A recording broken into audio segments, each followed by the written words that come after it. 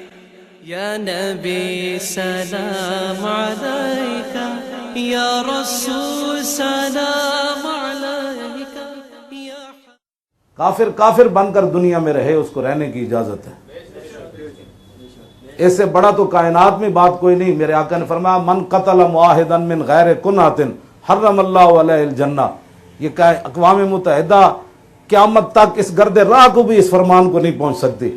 آج ہمیں لوگ بڑی باتیں کرتے ہیں۔ میرے آقا نے فرمایا جو کسی مسلمان ملک میں کافر پناہ لے کر رہ رہا ہو اور بغیر وجہ کے کسی مسلمان نے اس کو قتل کر دیا تو اللہ اس پر جنت حرام کر دے۔ اس سے بڑا کوئی حقوق ہے ان کے؟ لیکن من غیر کنات بلا وجہ کافر ہونے کی وجہ، گستاخ رسول کا مسئلہ اور ہے۔ میں نے جرمن ٹی وی والے آئے انٹرویو لینے تو میں نے ان کو کہا کہ خدا کے لیے ہمارے سر سے نیچے اترو۔ کہنے لگا کیا مطلب؟ میں نے جب ان کو بتایا نا فتح مکہ والے دن میرے آقا جب فاتحانہ انداز سے تشریف لا رہے تھے، ایک کتی کے بچے پڑے تھے، کتی تازہ بچے دیے تھے۔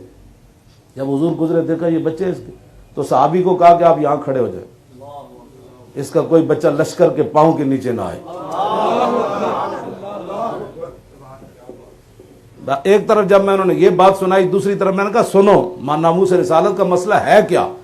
میں نے کہا ابن خطل جس کے بارے میں حضور نے فرمایا جہاں ملے اس کو قتل کر دو، وہ نیچے سے کعبے کے خلاف بڑا مضبوطی سے آج بھی باندھا جاتا ہے، رسیوں سے، رسوں سے، بلکہ وہ نیچے سے چڑھتا آدھے جا کر اس نے لٹک گیا۔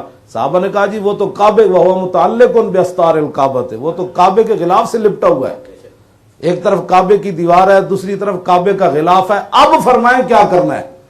تو میرے آقا نے فرمایا اقتلوا، اس کو وہیں قتل کر دیا۔ میں نے ان کو کہا، میں نے کہا بتاؤ کتی کے بچے تو بچ گئے، انسان کعبے کے ساتھ لپٹا ہوا کیوں نہ بچا؟ میں نے کہا اس مسئلے کو سمجھو۔ وہ حیران ہو کر مجھ سے پوچھنے لگا کہ واقعی ایسے بات ہے؟ میں نے کہا واقعی۔ کہنے لگا ہمیں تو کچھ اور ہی بتایا جاتا ہے۔ تو مجھے کہنے لگا جو اسلامی سکالر ہے آپ کا ان سے رابطہ نہیں ہے؟ میں نے کہا میرا تو نہیں ہے، آپ کا ہے نا؟ کہنے لگا ہاں۔ میں نے کہا وہ ہمارے سکالر نہیں ہے، وہ آپ کے ہیں، آپ تھے نا اس میں، یہ بھی تھے اس میں۔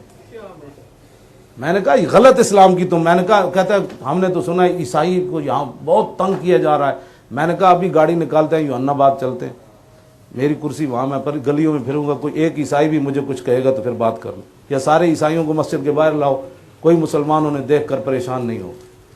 میں نے کہا تم ناموس رسالت کے حساس مسئلے کو سمجھو، یہاں لاکھوں عیسائی عورتیں رہتی ہیں، کبھی کسی نے تھپڑ بھی نہیں مارا، مسلمانوں کے گھروں میں کام کرتی ہیں، مسلمان ان کی مدد کرتے، ان کی بچیوں کی شادیوں میں ان کو پیسے دیتے۔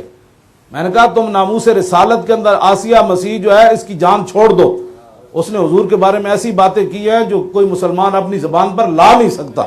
میں نے کہا وہ تو ایک ہے، سارے دونوں جہان بھی برباد ہو جائے نا تو ناموس رسالت میں ان کی کوئی حیثیت نہیں ہے دونوں جہانوں کی۔ اس مسئلے کی حساسیت کو لوگ سمجھے نہیں، اور لوگوں نے فوراً کہہ دیا جی یہ ایسے نہیں تھا تو ایسے نہیں تھا۔ وہ میں ذمی سے بات آگے چلائی، وہ ذمی کافر جو تھا مسلمانوں کے ملک میں عیسائی رہے لاکھ بار رہے، ہندو رہے لاکھ بار رہے، ہمیں تو کوئی غرض نہیں اس سے، یہودی رہے بدھ مت رہے، لیکن حضور کے بارے میں بات کر کے کوئی زندہ نہیں رہ سکتا۔